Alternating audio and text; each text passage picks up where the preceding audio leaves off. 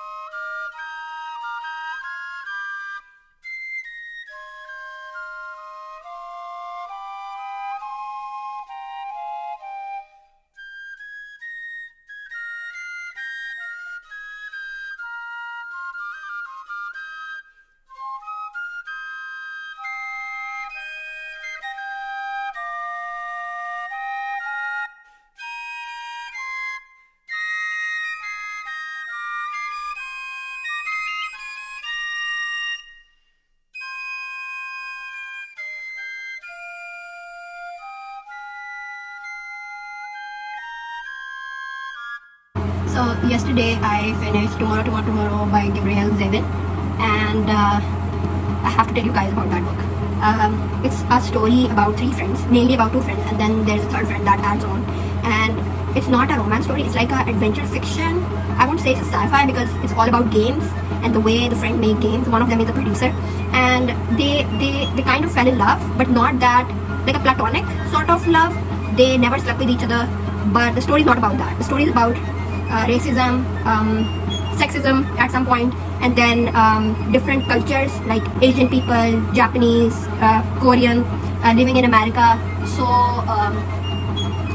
it's a really good book. It's a third person narrative, but while I was reading it at the start of the book, it was not that interesting. I was like, someone is narrating a story about someone. Okay, he met this girl and he used to know her, and then you get to know that they were childhood friends and how they separated, and then after a few years they met again and they started making games. So when the story starts, the story ends the same way. And I really like that about Devin. That was really brilliant.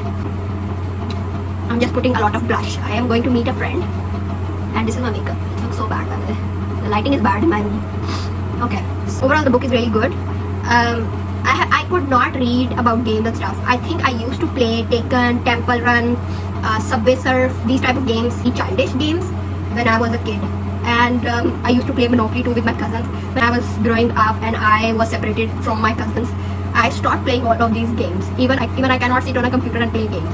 But whenever I'm with my cousins, specific cousins who play games, I like to play with them. But I'm not that interested in playing games. Like I'm not very passionate about games. But while I was reading this, I could totally understand from where Sam was coming. Sam was the main character, one of the main characters in the book, and he wants to make game with Sadie, make game with Sadie, and they have this beautiful chemistry between them while they were making games. And Sam, there is this one very important thing in this book is that Sam has a problem with his foot.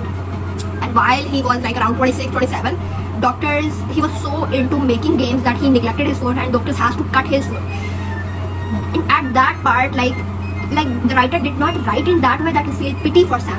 On the other hand, you feel empathetic, you feel that you understand from where he's coming from, and he does not think of it as pity, but the characteristics of an individual who went through these type of things, and they become very rigid, they become very angry, and they become distant from people. Sam is like that.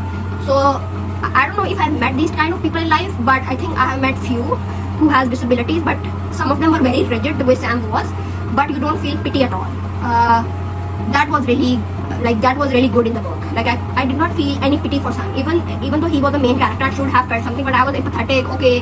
But then at a certain point, I was angry at Sadie that why she is being like this. She should have understood his situation, but then nobody was understanding Sam, and Sam was not understanding Sadie, that she's also going through something and she does not like a lot of things the way Sam is doing, even though he is doing from his because he does not have a foot, and he's continuously in pain because of his foot. So beside that, you get to know that the third character died in the book, and there I really cried, because that was the third time when they fall into depression and they were going through something, and I really feel sad at that point. You feel like that you are getting attached to the characters. They have a certain sort of depth in their lives, and then you get an emotional arc somehow. Overall, the story is good. I would give it 4.5, 4.75. I can't decide it, but it's a good book. Like at the end, like it literally made me cry. So definitely, I would recommend this book. It's a good book. You should read it.